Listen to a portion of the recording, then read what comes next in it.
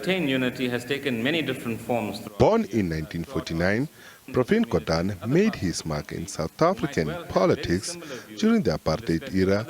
He joined the National Indian Congress in 1971 and 4 years later, he served in its executive council. He had his share of prosecution by the brutal apartheid regime when he got arrested in 1981 for his political stance. He was released in 1982. In 1991, after the unbanning of political formations, Gordhan was elected to serve on CODESA's first steering committee, and he later became the multi-party negotiating planning committee chair. In 1993 to 1994, Gordhan co-chaired the Transitional Executive Council in Pretoria. In a democratic South Africa, he was an ANC Member of Parliament from 1994 to 1998, and in 1996, he chaired the Parliamentary Constitutional Committee. By 1998, he was the chairman of the Forum on Tax Administration. Gordhan was also the Deputy Commissioner of SARS in 1998, and a year later, he ascended to the position of Commissioner, a position he occupied for a decade. But his career didn't end there. He became the Minister of Finance from 2009 to 2014 and then moved to the Department of Cooperative Governance and Traditional Affairs, a position he held for a year. From 2018 until he retired, he headed the Public Enterprises Ministry. Comrade Pravin Gordhan is a veteran of our liberation struggle, having played a pivotal role in the underground machinery of the African National Congress and the United Democratic Front in the former Natal region.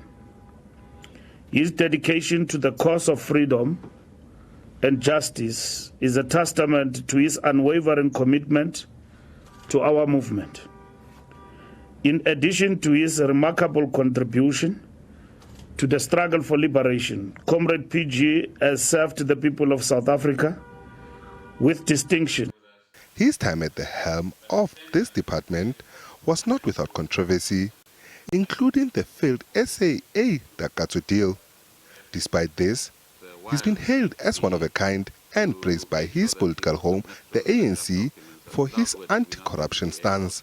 He was among the key witnesses during the State Capture Commission inquiry, where he gave testimony which implicated former President Jacob Zuma, Tom Moyane, and Msebenzi Zwane. A person of that caliber must be celebrated, and I'm certain that a lot of good South Africans will recognize and celebrate PG's work in this country as they do every day. Like we went to the state capture and all of that, and those who supported him in that regard.